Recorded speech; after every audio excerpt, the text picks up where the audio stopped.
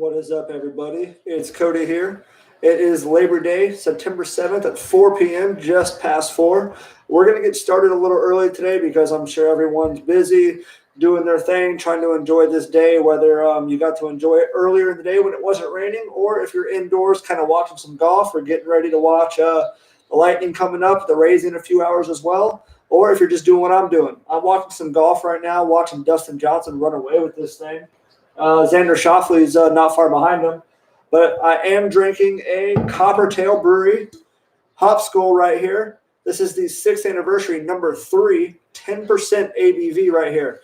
These are some of my favorite beers out right now. My wife and I actually went to a few breweries this weekend on Saturday. I'll get into that in a minute. This is actually one of my favorite beers out right now when you take into account all the breweries, all the great stuff happening in Tampa right now. Check out the shirt. It's fresh. Yes, go out and get yourself one. Get yourself some beers from there, some 4-packs to go. Try their flatbreads. Get one of these T-shirts. Coppertail is where it's at, I promise. So let's just get to that real quick. I'll just cover that. We went to Zydeco Brewery in Ybor. I highly recommend going there. I had the Field Trip New England Style IPA. Find what I gave it a rating. I rated it on Untapped. If you're just interested to see what I thought about that beer, go to Brew and Orange at Untapped, called Field Trip was the beer. And that was by Zydeco Brewery out there off 7th Avenue in Ybor. Awesome place. Highly recommended. So this is that Coppertail I'm talking about. 6th anniversary, number 3, Hop Skull right there. Matches the shirt again. Definitely go get your T-shirt. Get you the 4-pack to go. Just kind of check out the breweries around Tampa if you haven't already. So cheers to this. I've had this one before. This is delicious. I think it's a 4.25 on my Untapped. Definitely go check that out. So cheers. Happy Labor Day to everybody. Ooh, that's a strong one. Delicious, 10%. Very drinkable for 10%, I promise. Coppertail, Hop Skull, 6th anniversary, number 3. Right there, and get yourself the assorted 4-pack. It's really good. So let's get into a little bit. So we also went to Tampa Bay Brewing Company, Zydeco Brewery, Coppertail, and I had Bernini's. Go down to Ybor if you like classic Italian food. The wine selection is great. The pizza is awesome. Pasta, seafood, it's all top notch, and it's also just an old school Italian kind of Ybor feel down there. If you really want to, there's a couple restaurants in Ybor that if you're ever down here, you have to try. Columbia is one of them. But Bernini is also right up there, especially with Carmine as well. Please, if you're ever down in Tampa, we had a nice Italian red, got a pizza. My wife had some delicious pasta. We were out celebrating our 8 years total together, 3 years married next month. So shout out to my wife, my beautiful, successful, creative and supportive wife, Jamie Brickner. So shout out to you. We had a wonderful Saturday, and I hope everyone out there is having a good weekend and having this long weekend. And I'm sure we could all use it. So let's get into a little bit of Gator recruiting. Not much happening right now because the seasons are starting to kind of tick up. High school football just started. So guys like Marcus Burke and Ja'Cory Brown, those guys had awesome debuts. Please check out their individual highlights. Twitter is always a good spot to go. Ja'Cory Brown looks everything like the number 1 dual threat quarterback in the country. He's not right now. I think he's like in the top 5. That's going to change as these seasons go because he looks like an absolute stud with his legs and with his arms. Marcus Burke is the 4-star wide receiver who I told you was grossly underrated. His stock is going to go up as this high school season goes on. That dude's a stud. He high points the ball with the best of them. He could be one of the top wide receivers in the state of Florida. I think the ratings will reflect that as the season goes on. Marcus Burke and Ja'Cory Brown, guys to check out. Marcus Burke is a 2021 wide receiver, and Ja'Cory Brown is a 2022 dual threat. So lots of high school football picking up, lots of recruiting happening right now. Definitely something to keep an eye on because as we get deeper into the fall, there's going to be more stories. Recruitments are going to heat up, and these big boys are going to be out playing hard for guys like Marcus Burke, even though he is committed. Ja'Cory Brown's going to be sought after. Everybody wants him right now. He covets a Clemson, Clemson offer right now, but he's got offers from Georgia, Ohio State, Alabama, Florida, Florida State. Ja'Cory Brown is a name to watch, and I think he's probably the number one quarterback target for Florida in the 2022 recruiting cycle. So I also want to talk about, there was a cool article. Grantham has done some press conferences. The defensive players have come out and spoken just kind of about how camp is going, the things they're learning, the adapting, kind of evolving through this difficult time. One thing we need to make a point of is I know Florida lost 3 really quality players on the defensive line and just in the defense in general last year. They're replacing that with just as good as depth and even better talent, I believe. There should not be much of a drop-off in production or talent from this defensive unit from Grantham from last season into this one. I just don't see it, not with Brenton Cox coming in, ready to show out, ready to show that he was that 5-star guy who was coveted coming out of that 2018 class. He did what he did with Georgia. I think he's going to have a really good season with Florida. Jeremiah Moon is healthy. Slayton and Campbell are ready to show out and show why they were so productive towards the end of last season. Something to definitely keep an eye on, but I don't see Florida decreasing in production or in stats or in talent across that defensive front. And Grantham's only going to thrive. So, like I said, I don't know if I said this last podcast or not. This season's going to be predicated on the success on third down, both on offense and defense. If defense is able to get off the field at third down and our offense is able to extend plays and extend drives by successfully converting third downs, Florida's going to be a very successful team. I know that sounds cliche, but when you think about the teams that they are playing this season, teams like Georgia, you win the third down battle on offense and defense, and you wear a team like Georgia down, regardless of what their talent looks like on paper. Florida has the guys who can actually do that. So I really look forward to Grantham having a very successful season coming up. I mean, he has the weapons and he has the game plan.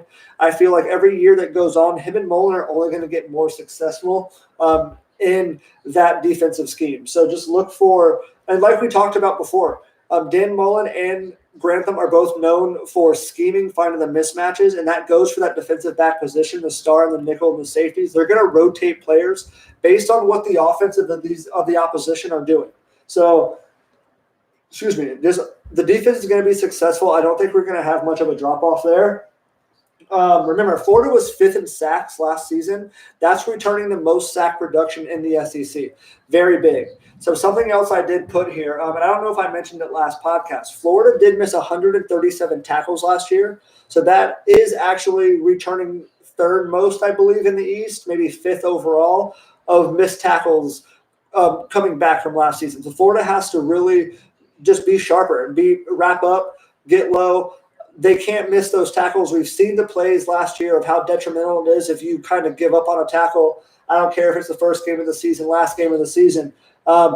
Those yards after contact really hurt and really put a strain on the defense, and you only hurt yourself when you're missing tackles like that. So it's gonna be a wait and see. I mean, they missed 2 scrimmages, the spring game.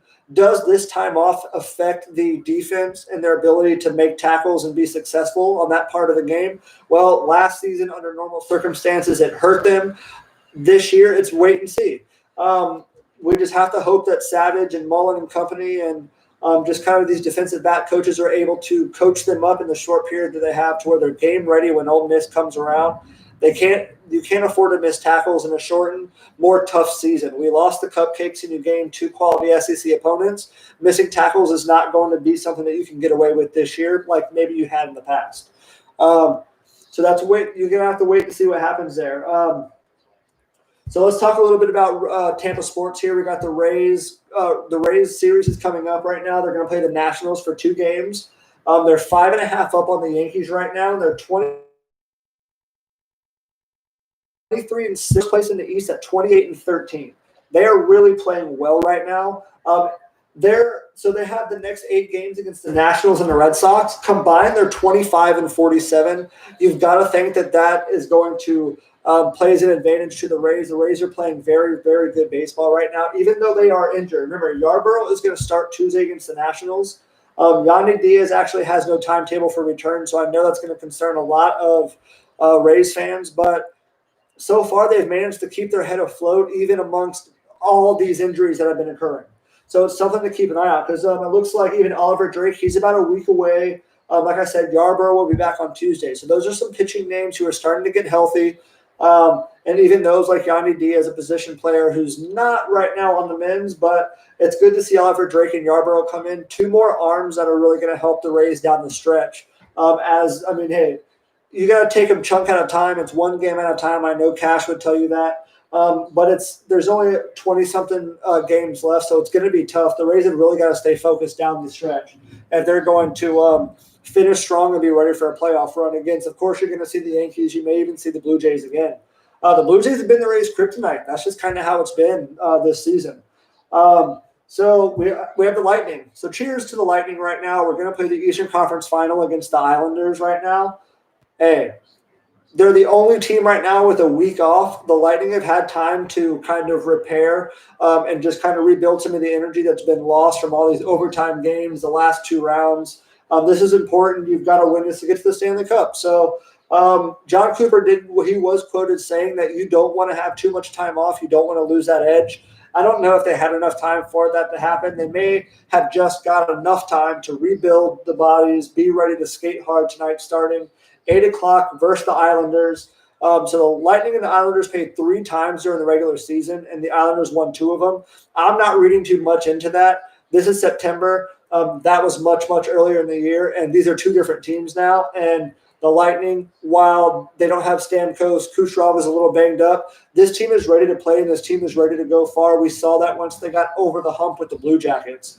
That was a huge I thought that was telling in how they bounced back during the Bruins season. I think it's really telling for how far this team is able to go during this playoff. And I look for the Lightning to win this series in 6. Wouldn't be surprised if it was 5. I mean, that would be the bold take for me, but I'm going to take the safe route, and I'm going to say that they win this series in 6. And that's okay. The Islanders outscored the Lightning 11-4 in the beginning of in the regular season series. Like I said, 2 different teams right now. It's a different time period. I see the Lightning dominating this. Why not? The Bruins were the hardest team left in the playoffs aside from the Lightning, and the Lightning handled business after losing the first game. There's no reason to think that the Lightning and Vasilevsky aren't going to be kind of have that energy rebuilt and they're just recharged. I think they come out and dominate. And if they make a statement tonight, you can think that you can kind of bet your head that that's going to be where the direction of this series is going to go if the Lightning come out and dominate tonight. I really like to see them do that. What else we got here? So ESPN did release a little interesting article about the Lightning. Kind of giving the advantages and disadvantages of particular spots of the game. So they did do 2 spots where I thought were interesting. The rest of them were all Lightning favored. The Lightning do have the better defensemen. They're going to have the better depth. 2 things that were interesting, because I think that these are actually strengths of the Lightning. However, it's always interesting to see how other platforms, how ESPN, what is the CBS network, just how their journalists and how their sports analysts kind of see the Lightning in the Islanders series. The goalie, they had a tie between the Islanders and the Lightning, a tie at the goalie advantage. I don't see that. That's a young goalie over there at the Islanders, and Vasi has done nothing but prove that he can withstand the ups and downs of a long series. This is the 6th time that we're in the Eastern Conference Final. Vasilevsky is obviously the more experienced and more talented goalie in this series. That I don't agree with ESPN. They also said the coaching advantage are to the Islanders. I know they have Barry Trotz, but Cooper has been he's proven to be able to get here. Yes, he hasn't gotten over the hump to get to the Stanley Cup, but this could be the year that this happens, and I'm not sure that I'm willing to write off Coach Cooper and the Lightning right now. So those are 2 parts of that article that I found pretty interesting, and yeah, I didn't necessarily agree with them, but it is it's another perspective. Go check out that article on ESPN. That was the Lightning 7, their prediction. They have Lightning in 7. However, they do say that it's going to be a close game, and that kind of feeds into what a lot of people I think are predicting for this matchup. It's what they predicted for last matchup as well. Anyways, look, USF and the Citadel played next weekend. So excited to have college football back and kind of back in action. The ESPN FPI predictor does have USF kind of winning this game outright. Not even close. They say USF should really put it to them. I'm really happy to see what Jeff Scott is going to do for the Lightning this season. He's brought in such a great coaching staff. He's brought in some great talent through the transfer portal and just in general. So it's going to be really fun to see. Jeff Scott debut his. I think Noah Johnson's going to be the starting quarterback. Seems to be getting the most of the buzz out of camp. I'm going to look to hopefully get some USF Bulls 247 insiders maybe out onto the podcast to shed some light on this, give an outlook on the upcoming season and these upcoming games. Big game against Notre Dame in 2 weeks, but most importantly, college football is back, and they're going to play the Citadel on Saturday. No fans, but it doesn't matter. Everyone tune in and watch that game. So, cheers, everybody. Cheers. Happy Labor Day. I hope everyone got to have a stress-free, relaxful Monday Labor Day here. If you had to work, hey, that's life. Be blessed that you got a job. If you got to relax at home, I hope you're out of the rain and back inside. Everyone have a great short week. Remember that. It was a long weekend. Always equals a short week. Cheers, everyone. Go Bolts. Go Rays. Go Bulls. Go Gators. Just everybody go out. Support your local small businesses, your breweries. Watch the Lightning and the Rays tonight. There's it's a big stretch coming up for the Bolts, and it's all downhill to the playoffs for the Rays. And go Bulls next week. Gators start on the 26th. We're 19 days away. 19 days till Florida Ole Miss. So, cheers, everybody. Happy Labor Day, and I hope everyone has a great, safe, productive work week. Cheers, everybody.